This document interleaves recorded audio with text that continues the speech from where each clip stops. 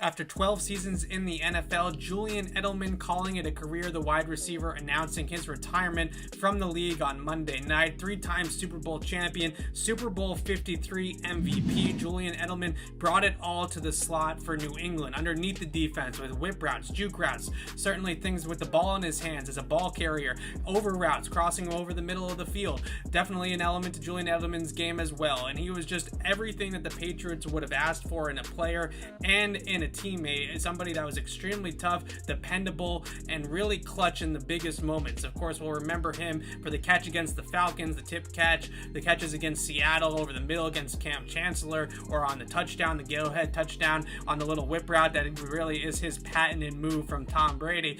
And definitely Super Bowl 53 as well, the MVP, really the best offensive player in that game on either side of the football. And Julian Edelman will leave behind a legacy that will end up in the Patriots Hall of Fame, no doubt. Maybe even number 11 retired at Gillette Stadium, no longer available for current and future Patriots to wear. I think there will be a sect of football writers that will certainly try to get Julian Edelman into Canton, into the Pro Football Hall of Fame as well. That one might be a little bit more of a stretch, but I think that we can see with the playoff resume that Julian Edelman at least has an outside chance of getting into the Pro Football Hall of Fame, and he's absolutely a lock for the Patriots Hall of Fame. That is for sure. He will be wearing a red jacket someday as well. Now, where do the Patriots go from here without Julian Edelman? Last season, Jacoby Myers took over a lot of the route tree that Julian Edelman left behind when he first started to deal with those knee injuries. Jacoby Myers, not necessarily the guy at the top of the route or with the ball in his hands that Julian Edelman was, not a jitterbug, right? But he can definitely run across the field. He definitely understands how to get open between the middle of the field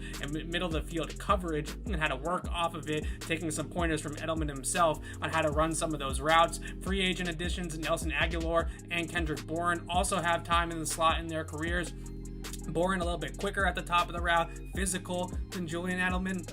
Not the guy with the ball in his hands, though, that Edelman was. Nelson Agholor, more of a burner or a vertical threat from the slot. Also not a yak guy necessarily. So the Patriots could look through the draft in April, and there is a lot of options, a plethora of options for guys that are those undersized, speedy, shifty, elusive players with the football in the open field. Right at the top of the draft, you got Jalen Waddle. Then you can go to Amari Rodgers. You can go to Kadarius Toney. You can go to Elijah or Rondale Moore. And the list goes on and on. Jalen Darden, Tutu Atwell. There's a long list of players, including one other name, Dwayne Eskridge, the Patriots have already met with a couple of times in the pre-draft process. So the Patriots want to look for that ball carrier, that tough, feisty yak machine that Julian Edelman was. Maybe they go to the draft for that. Bourne, Agholor, Jacoby Myers should be able to run some of those routes inside as well. But the legacy that Julian Edelman left behind after 12 seasons with the Patriots, certainly one of the best players New England has ever seen.